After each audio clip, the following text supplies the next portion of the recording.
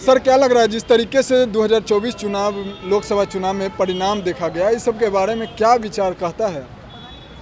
बढ़िया है। 3 बार पहले नेहरू की गवर्नमेंट बनी थी, 3 बार। इस बार बीजेपी की बन गई है। 3 बार बहुमत देने वाली दूसरी सरकार है। 3 बार के प्रधानमंत्री मोदी जी। मुझे तो जहाँ तक लगता है, मेरी पर्सनल फीलिंग है, आंकड़ों में मुझे नहीं पता ज़्यादा, चौथी बार भी यही बनेंगे। सर ये नहीं लगता है कि जिस तरीके से दावा किया जा रहा था कि इस बार 400 पार, इस बार 400 पार, ऐसा हुआ कि 300 भी पार नहीं हो पाए? दो दोहे हैं, मैं बताना चाहूँगा इसको ना, ध्यान से बैठ के सुनना, इसको 10 मिनट देना। जगत में घर की फूट बुरी, फूट ही सो बनसाई सुब्रम, नहीं, फूट ही सो बिनसाई सुब्रन लंकपुरी, फूट ही सो नवनंद विनाशे गयो मगध को राज, सबका नासन चाहे आपू नसे सहसाज। तो एक होता है घर की फूट बहुत बुरी होती है, रावण का अंत भी घर की फूट की वजह से ही हुआ था। अच्छा। इसी तरह आपको पता है, हम उस देश में रहते हैं जहाँ पर सांप ढूंढने बाहर नहीं जाना आपने। अच्छा। वो घर में ही मिल जाते हैं। तो जैसे चढ़ाने वाले अगर 10 हैं तो उतारने वाले 20 वो भी हैं साथ में। अच्छा। बाहर दुश्मनों की कोई कमी नहीं है। अंग्रेजों ने फौज ना बाहर से नहीं लाए थे। अच्छा। 300 ही आए थे। 40,000 फौज यहीं से हायर की थी, हमें ही मारने के लिए। हमारे ही लोगों को नौकरी देके उनके हाथ में बंदूक पकड़ा दी कि इनको मारो। तो कहीं इस बार जो है एक दावा किया जा रहा था कि इस बार जो है राम जी बेड़ा पार लगाएंगे, आखिर वो कहाँ चूक हो गई? राम जी ने तो बेड़ा पार लगाए हुए हैं ना। अभी आप जहाँ खड़े हो ना, यहाँ हाँ।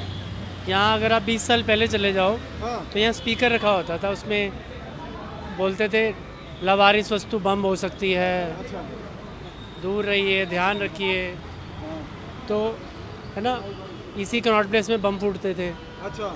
यही अपना यहाँ पर मार्केट है श्रीनगर, वहाँ पर बम फूटे थे। हमारा भी कोई जानकार उसमें हताहत हुआ था। अभी क्या सेफ़ है। हमारा अकेला ऐसा देश है जहाँ प्रधानमंत्री को गाली दे दो, अच्छा, कोई कुछ नहीं कहेगा। दूसरे देश में आज भी किसी में चले जाओ, कनाडा में चले जाओ, पाकिस्तान में चले जाओ, ऑस्ट्रेलिया, यूएस, कहीं भी चले जाओ, हाँ वहाँ प्रधानमंत्री को गाली दे के दिखाओ, 24 घंटे आप बाहर नहीं रह पाओगे। 24 घंटे के अंदर अंदर आप जेल में होंगे। एक आरोप लगता रहा है बीजेपी पर, कहा जाता था कि बीजेपी जो है धर्म की राजनीति करती है, क्या कहना चाहेंगे? हमारे देश में तो धर्म की ही राजनीति होती है। अच्छा। और धर्म और राजनीति को अलग कैसे कर सकते हो आप? हाँ। अगर आप चाणक्य को पढ़ो तो वो जो सिकंदर को नाश किया था, जो जगह जगह से भगाया था, हाँ। वो उन धर्म सैनिकों की सेना ने ही हराया था। या ये मुग़ल जब आक्रमण हुए थे, या जो अंग्रेज़ों में आप देखो किसने लड़ाइयाँ लड़ी हैं। अच्छा।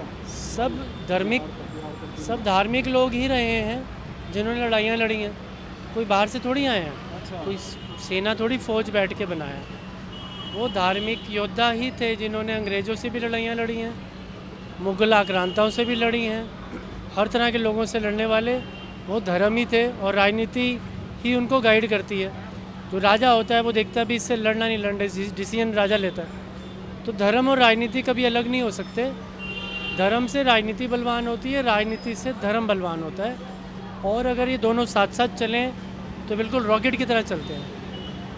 सर विधानसभा चुनाव आने वाला है, जनता से आपका क्या अपील रहेगा? अभी एक चुनाव गया नहीं। मैं तो चाहता हूँ वो जो सुना है ना हमने, एक दिन वोट करने जाओ, सबको करके आ जाओ। क्योंकि इस देश में ना एक चुनाव ख़त्म होता नहीं, दूसरा पहले आ जाता है, तो राजनीति करने में लग जाते हैं सारे। तो क्या होता है, जब राजनीति को थोड़ा साइड में करके आप काम करोगे ना, 5 साल काम करो, एक दिन वोट 3 महीने पहले उसकी तैयारी करो, ख़त्म। तो कहना क्या सर, जनता तो अब जैसे 1,85,100 के बुलावों में आके गंवा दी ना, कितनी सारी सीटें गंवा दी। अयोध्या का भी नाम डुबोया, सिर्फ 4,000 वोटों से जीते, जैसे अगर सच बात है 1,00,000 और 1,04,000।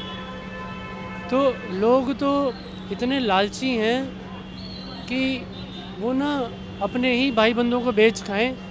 जब तक हम खुद को कुछ ड्यूटी देने लायक नहीं समझेंगे ना, दूसरों पे इल्ज़ाम लगाते रहेंगे, तब तक ऐसे ही चलता रहेगा। ये कलयुग चल रहा है। ठीक है सर, बहुत बहुत धन्यवाद।